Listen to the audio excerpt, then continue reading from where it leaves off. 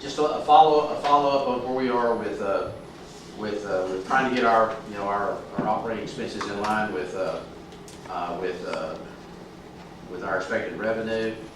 The reductions through either through resignations or or employee reductions. We have 11 positions on that staff and on that list, and that totals $37,624 a month in savings just from from employee reductions. The other is we've reported this before. Those people that are taking salary reductions, that's $8,116 a month. The change of services, and this includes a couple things. One of them is a non-renewal of Dr. Long's contract, and then the elimination of night coverage for the cardio department. That's $31,774 a month. We now have quantified the change that we made in the employee benefits, and it's quite significant. I'll kind of go over it a little bit just to give you the numbers on it. The elimination of the matching of the 403B for the retirement plan. You've seen this number before. That's a monthly savings of $10,800. The elimination of the employer contribution to the health savings account. That's $45.50 a month. The elimination of the wellness credit. We had a wellness credit that we were providing, and we've cut that in half. If you could earn up to $65 pay period a month. It's $145 a month. You could earn up to that if you had certain wellness. For you and your spouse, sorry. That's okay, all right. We cut that in half. That's a savings of $6,500. It's not a big savings, but it is a savings.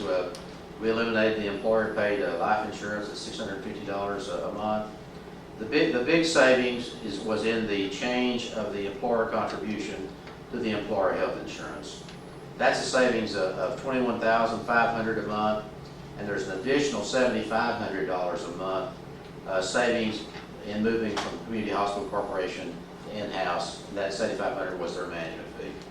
Total of all the changes in the employee benefits, $51,500 a month, and that's a significant number. I mean, and we recognize that many of those expenses we're pushing back on the employees. So we know what's happening.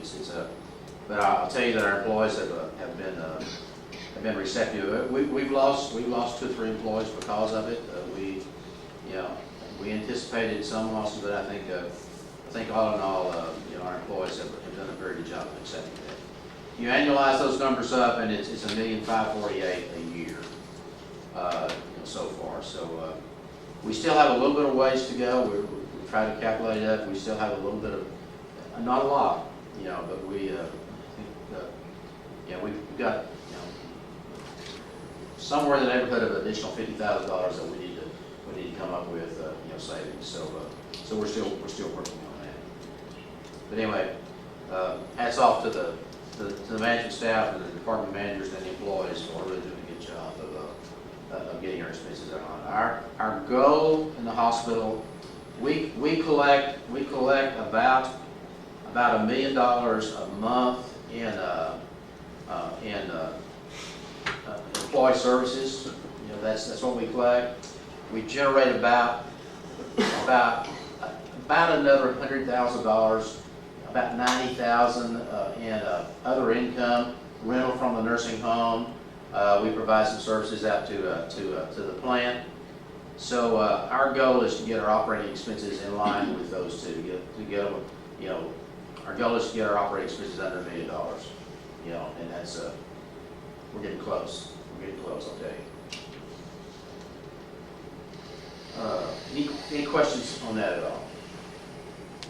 A little bit of good news. We talked about a grant last meeting. We received another grant. It's a SHIP grant. It's a grant that we received. I don't know what SHIP stands for. I hear it, or I've got an acronym. I don't know what it stands for, but Small hospital. yeah, I'm sorry. I should have dropped it on you. I should have asked you. But anyway, it is great. $7,500, and we have to identify what that'll be used for, that'll be used for training and,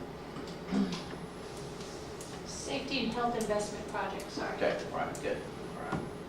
So anyway, that's good news for us. We gotta relate to the other grant a little bit later in our agenda. That's my report, unless you've got questions on any of those items. Okay?